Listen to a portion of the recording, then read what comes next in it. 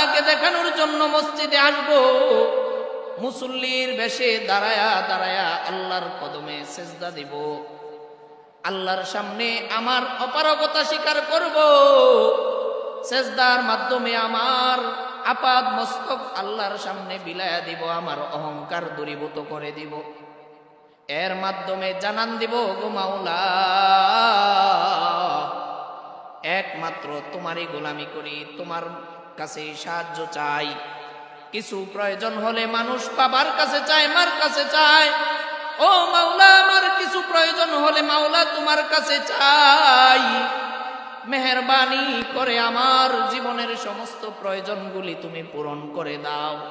নামাজের মাধ্যমে আমরা আল্লাহ তাআলার কাছে চাই, এই নামাজটাই হতে হবে আল্লাহর জন্য। আল্লাহ তাআলা কোরআনেই বলতেছেন, ইন্না সলাতি, নিশ্চয় আমার নামাজ, অনুসুকি আমার কুরবানি, ওয়া মাহইয়ায়া আমার বেঁচে থাকা, ওয়া মামাতি আমার মরে যাওয়া,